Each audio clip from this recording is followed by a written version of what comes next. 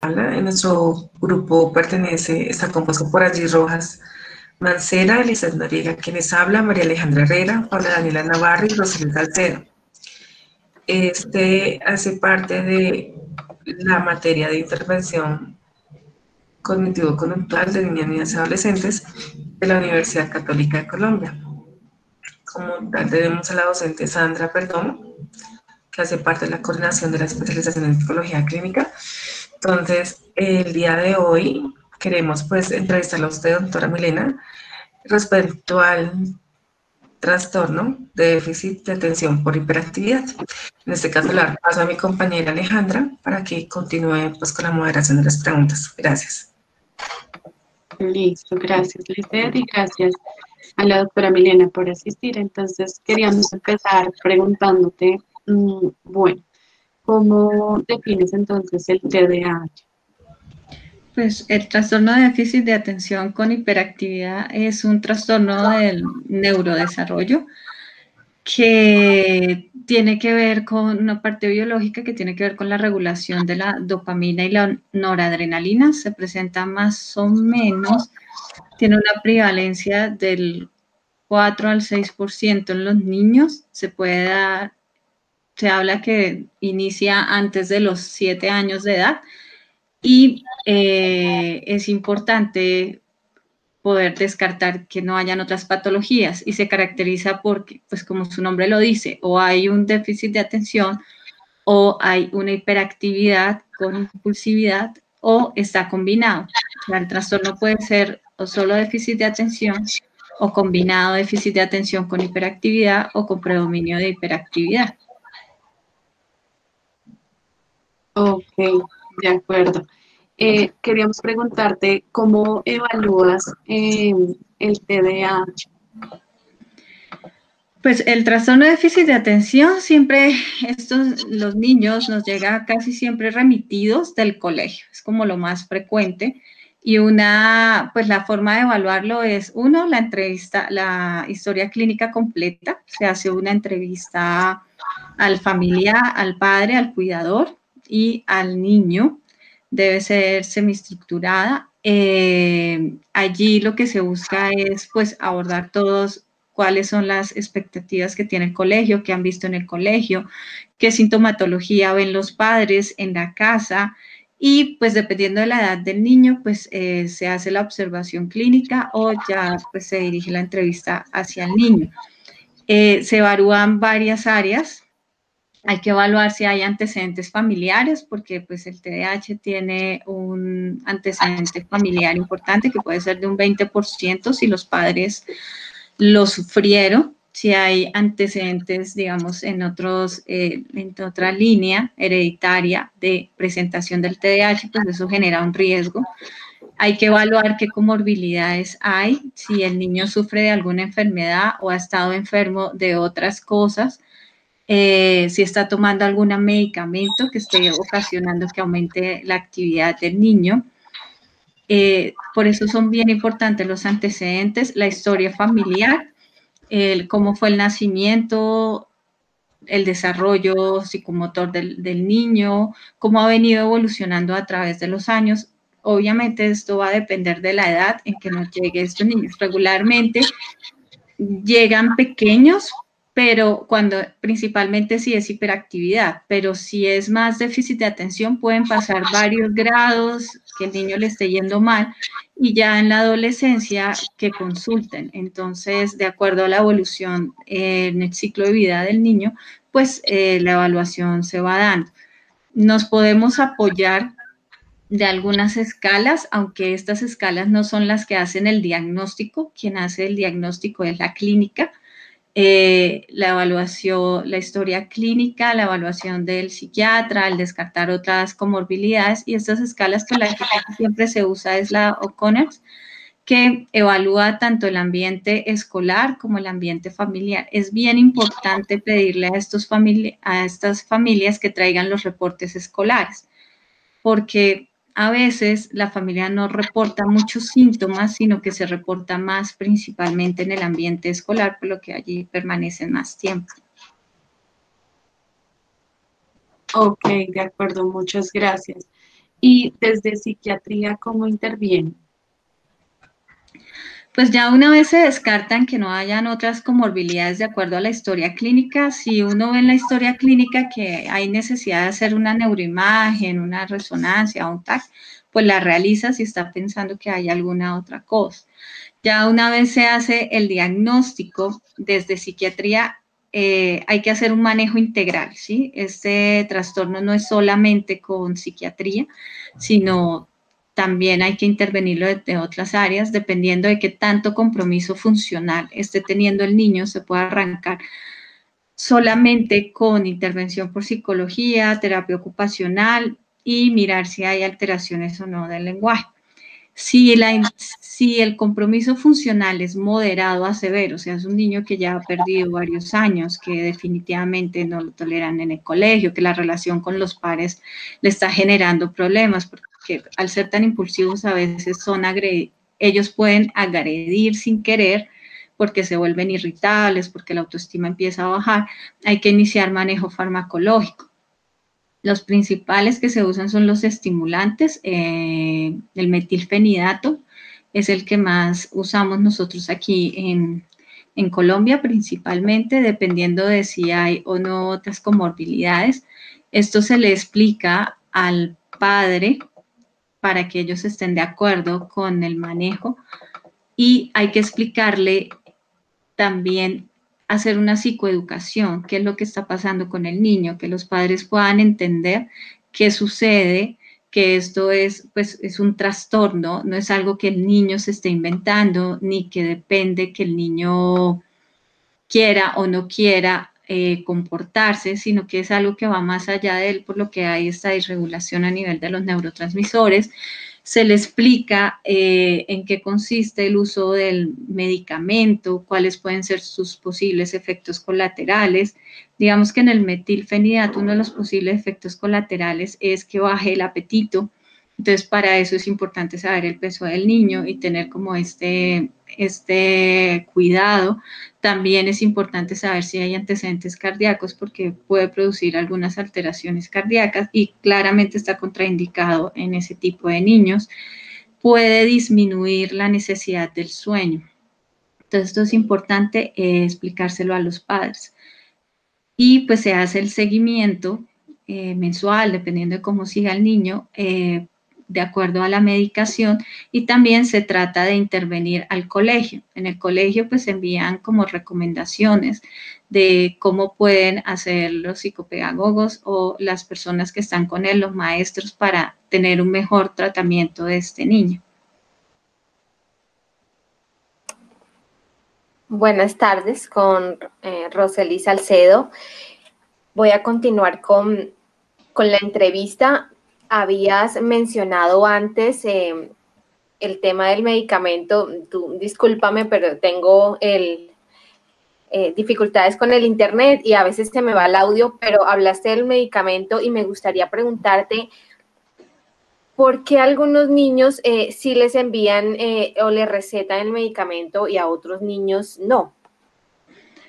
Como venía explicando, depende del compromiso funcional, ¿sí? Digamos que si él es un trastorno de déficit de atención con hiperactividad, pero es leve. ¿Leve a qué me refiero? A que no hay tanta disrupción en el ambiente escolar o en el ambiente familiar. Se puede empezar con intervención por psicología y terapia ocupacional para establecer límites, para establecer rutinas, para empezar que el niño empiece a modularse. Pero si ya es moderado, en el cual digamos que regularmente estos niños cuando son muy inquietos, como no miden riesgos, se suben a los árboles, se caen, se fracturan, no terminan lo que están haciendo, sus tareas, van a molestar a otro niño, lo chuzan, lo mueven, esto va generando un malestar a nivel escolar y no se ha podido manejar. Muchas veces llegan así, donde ya el niño está echado como el niño que no hace caso, como el niño que todos rechazan, el niño que hacen a un lado, el niño problema. Entonces, esto ya empieza a generar un daño a nivel de la autoestima, ya el niño se puede volver oposicionista, ya empieza a ser desafiante, ya en la casa no obedece, ya en la casa es imposible que se quede quieto. Entonces, en estos niveles ya hay que iniciar medicación para ayudar a regular esta hiperactividad. El medicamento regularmente también, dependiendo de dónde se presente más como la alteración de hiperactividad, que es casi siempre es en el colegio, porque en casa es más manejable, un poco para los padres, se da en el ambiente escolar, o sea, se da cuando el niño va para el colegio y en casa él no lo toma, a menos que también haya demasiada hiperactividad en la casa. Y los niños descansan del medicamento los fines de semana. Regularmente se dan durante el periodo escolar y los fines de semana no se da. Y en periodos de vacaciones los niños no toman la medicación porque es para ayudarle a regular esta impulsividad y esta hiperactividad. Entonces, estas son como las indicaciones. También vamos a tener en cuenta si hay o no comorbilidades, como les explicaba, si hay alteraciones a nivel cardíaco, por ejemplo, no se trata con metilfenidato, sino se usa otra sustancia como es la atomoxetina, o cuando el metilfenidato no funciona, nos vamos con atomoxetina. También hay que ver que muchas veces estos niños pueden tener otras comorbilidades, o sea, otras enfermedades asociadas, que puede ser un trastorno de ansiedad o un síndrome de Tourette, y de acuerdo a eso hay que establecer o no el manejo farmacológico. Comprendo. ¿Podrías explicar, por favor, exactamente cuáles son los efectos que se buscan con estos medicamentos en el cerebro? ¿Qué es lo que hace estos medicamentos? Lo que hacen es regular la liberación de dopamina, ¿sí? Porque hay un desbalance entre dopamina y noradrenalina. La noradrenalina está aumentada y por esto es que el niño está como tan inquieto, tan hiperactivo. Lo que ellos hacen al ser estimulantes es regular, que no haya ni mucho ni muy poquito, para que ellos puedan, uno, mantenerse un poco más quietos, dos, poder hacer los procesos de atención. Si el niño todo el tiempo está moviéndose de un lugar a otro, va a ser difícil obtener la atención. Si el niño no atiende, ese es el primer paso para lograr la memoria, ¿sí? Si yo no estoy pendiente de lo que está pasando, ni estoy focalizada, mi memoria va a estar alterada, que es una de las cosas que se ha visto en este tipo de trastorno. Los niños tienen alteraciones a nivel de las funciones ejecutivas.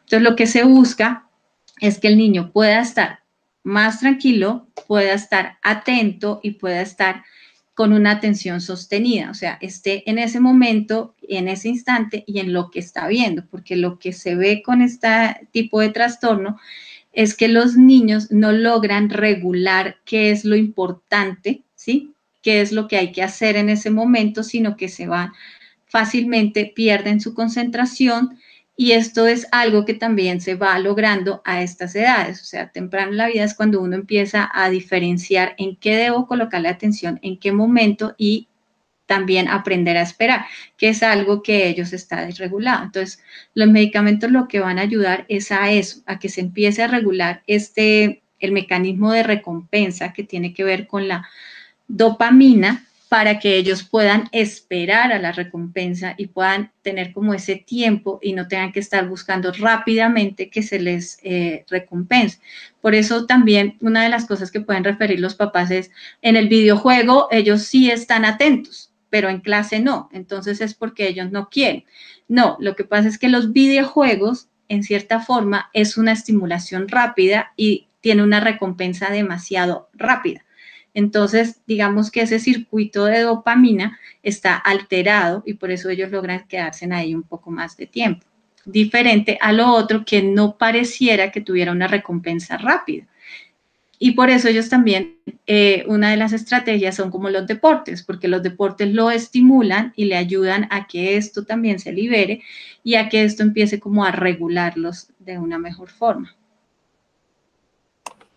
Comprendo.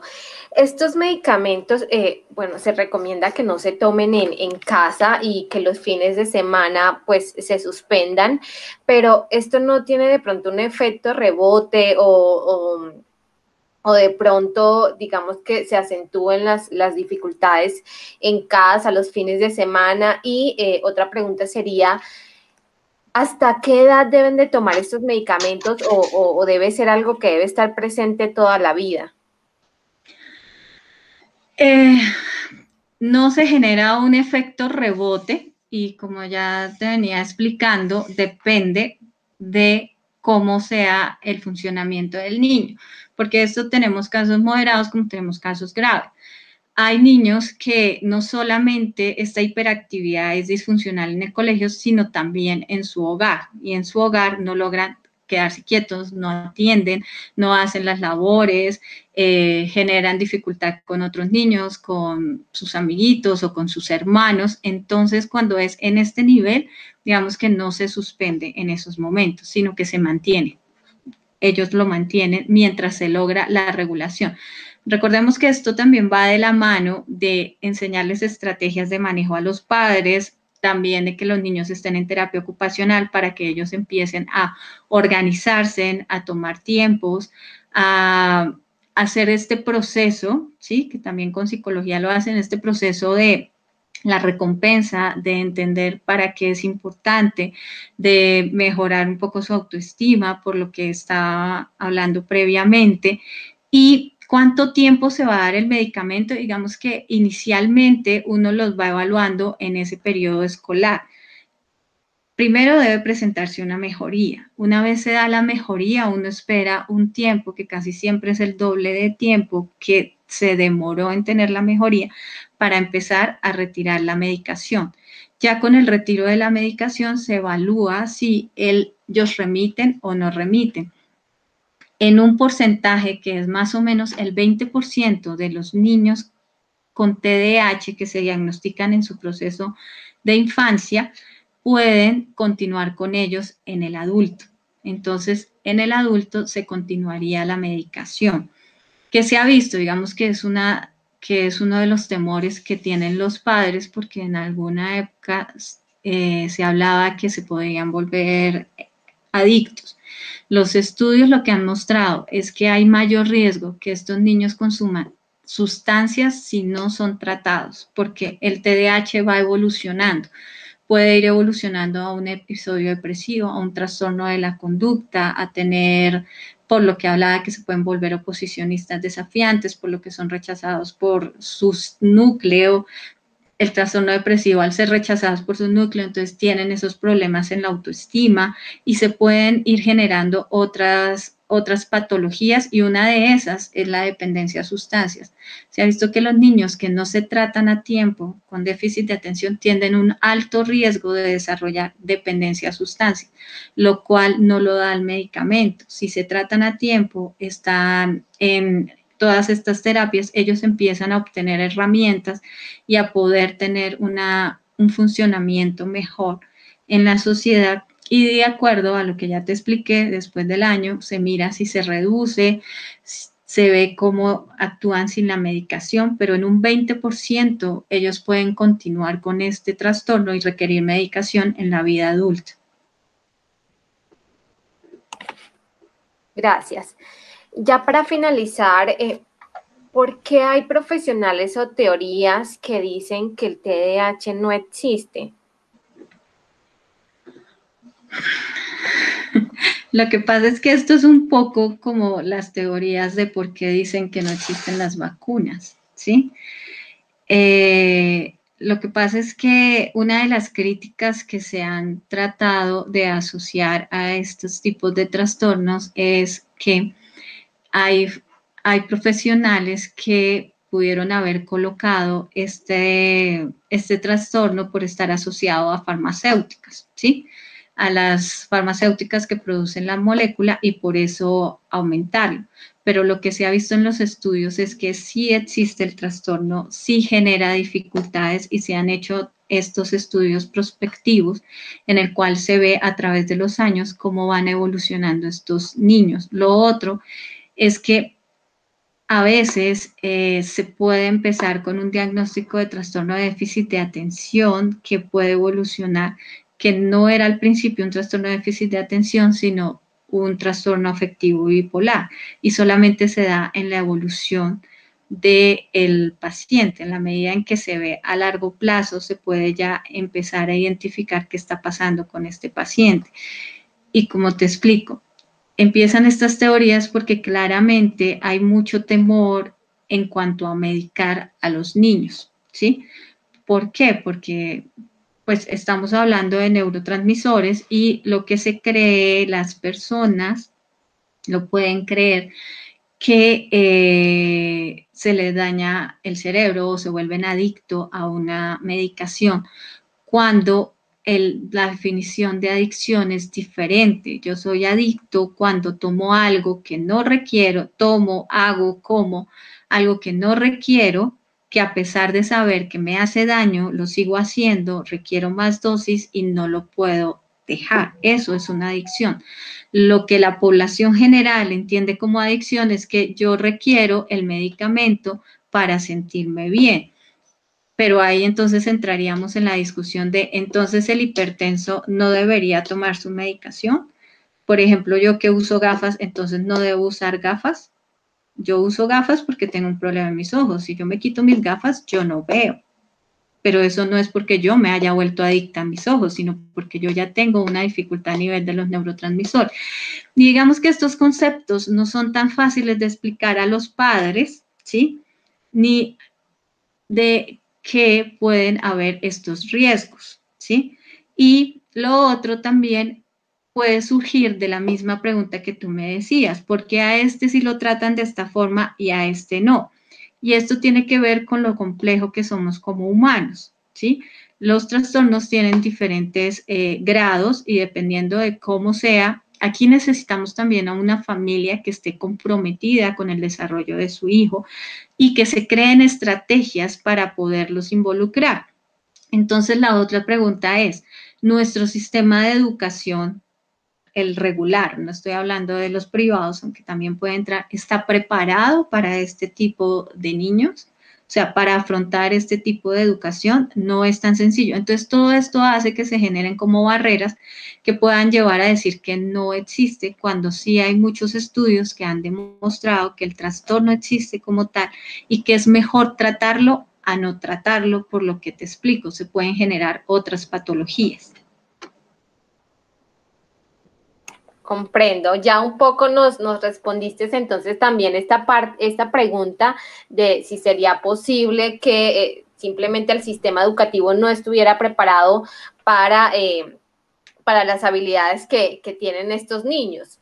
Ahora, ¿cuáles son esas habilidades que de pronto usted ha encontrado en los niños con TDAH? Pues los niños tienen todas las habilidades, pues tienen algunas dificultades, ¿sí? Pero tienen estas habilidades, por ejemplo, ellos para entablar conversación son más rápido que otros niños. Es más, ese es uno de sus criterios, que ellos no respetan el tiempo, ¿sí? No respetan el espacio, pero son niños que hablan más fluido contigo, son niños que entran en una conversación fácilmente. Uno esperaría que fuese más sencillo para ellos generar vínculos sociales. Lo que pasa es que como esto no lo miden, que es como uno de los objetivos del tratamiento, es que lo aprendan a medir y sepan también diferenciar cuando el otro ya no quiere más, porque ellos tienden a ser más intrusivos. Entonces yo diría que es una habilidad que se puede, que bien dirigida, podría ellos manejarla y permitirle, digamos, el contacto con otras personas y poder obtener otras ganancias. En cuanto a la memoria, pues como no prestan atención, empieza a afectarse la memoria. Entonces, esta sería como una de las dificultades. Ellos tienen las habilidades, lo que pasa es que predomina las dificultades que están teniendo en ese momento. Por eso es importante tratarlos, para que ellos puedan hacer esto. Entonces, son buenos en deporte, siempre y cuando asimilen el tema de las normas del deporte, ellos pueden ser buenos en deporte. Y uno de los objetivos del tratamiento también es que ellos empiecen a buscar dónde se sienten mejor y cómo pueden irse incluyendo dentro de estos lugares y cómo estos lugares los pueden ir incluyendo. Para ellos claramente es mejor una educación con pocos niños que una educación como la que manejamos en nuestros colegios de 30 a 40 niños, porque ellos requieren estar supervisados. Una de las estrategias es que como ellos pueden terminar, algunos, dependiendo también de qué tan su inteligencia esté, pueden terminar rápidamente sus actividades, o sea, realizarlas, pero no se pueden quedar quietos. Entonces, pueden ser líderes, pero deben tener al lado un líder positivo, pues lo que llamamos un líder positivo que lo ayude a que él explote este liderazgo. Lo que pasa es que cuando no lo tienen o no son dirigidos, casi siempre se asocian con los líderes negativos, que está el consumo de sustancias, el robo y todas estas conductas antisociales que se pueden generar. Comprendo. ¿Cómo ayudar a un niño con TDAH en casa? ¿Qué pueden hacer los padres? Los padres, una de las estrategias es, uno, deben entender que los tiempos de los niños son más cortos, entonces hay que permitirles que descansen, hay que permitir, o sea, yo no puedo sentar a un niño con TDAH a que esté 2 horas sentado en un computador o 2 horas haciendo la tarea, ni siquiera 1 hora. Los padres que están, los tutores de ellos que están con ellos, empiezan a entender cuánto tiempo el niño logra prestarles atención. Y hay que ir aumentando, primero 15 minutos, después media hora, 15 minutos, toma un descanso, da una vuelta, repta, corre, salta y volvemos, colocas la atención aquí otros 15 minutos. Estas cosas son las estrategias que se dan a los niños con TDAH. Otro es que entren a algún deporte, fútbol, patinaje, deportes que los hagan quemar energía para que ellos puedan, lo que ya había explicado, estar más tranquilos. Normas en clase claras de acuerdo a la edad del niño, ¿sí? Si tengo un niño de 4 años, yo no le puedo dar una explicación muy grande, tienen que ser normas concretas, sencillas y cortas para que ellos vayan logrando hacer esto. Lo otro también que se puede manejar con los padres, que también se hace intervención a los padres, es cómo están manejando también los padres las emociones frente al niño, porque el niño sí genera mucha frustración. Cuando los padres hablan con otros padres y le dicen que su hijo sí está quieto, que su hijo sí hace las cosas, que no tiene que estar encima, pues los padres tienden a estar muy agotados. Entonces, un poco de ayudarles a los padres a manejo de sus propias emociones le puede ayudar al niño a que maneje su propia emoción. Si el padre no reconoce su emoción, lo que va a hacer es mostrar toda su frustración sobre el niño y lo puede empezar a maltratar psicológicamente, como que no sirve, como que no es, como que no va a salir adelante, pero esto es un poco de darle estas estrategias al padre para que también pueda entender lo que pasa con el niño. Y ya para finalizar, ¿cómo mitigar la justificación del comportamiento en los padres y niños por el diagnóstico del TDAH? Ok, esta es una de las formas de despatologizar a los niños, ¿sí? Esto es un poco dándole pautas de crianza a los padres. ¿Cuáles son las reglas en casa? A veces cuando uno evalúa estas familias, son familias que no son claras en las reglas, se van como a los extremos, o tienden a ser muy flexibles o tienden a ser demasiado punitivos y pasan a un tema de maltrato. Entonces, una forma de evitar que ellos estén justificando, no es que tiene TDAH, que el niño haga lo que quiera, no, porque es en las pautas de crianza. Primero, ¿cuál es la norma en la casa? ¿Cómo podemos ir flexibilizando esa norma? Esa norma va a depender de la edad del niño. No es lo mismo colocarle normas a un niño de 4 años que a un adolescente. ¿Cómo ven desde los propios padres esa norma y cómo ven los padres ese comportamiento? Muchas veces también los padres pueden justificar porque ya están cansados. Entonces queda más fácil, no, es que él ya tiene medicamento y por eso, pero, y se basan en la medicación.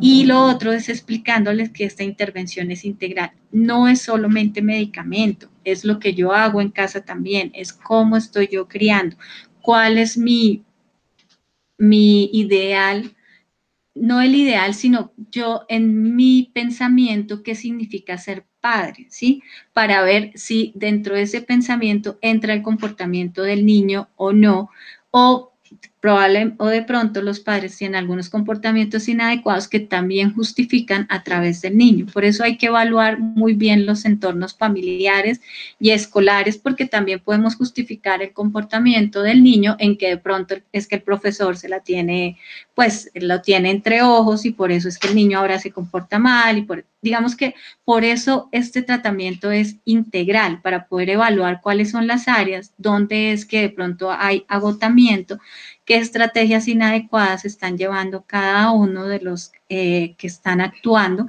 para poder ayudar en esto. Doctora Milena, muchísimas gracias por su colaboración, muy completa la entrevista. Ok, cuando necesiten, estoy a la orden. Gracias a ustedes.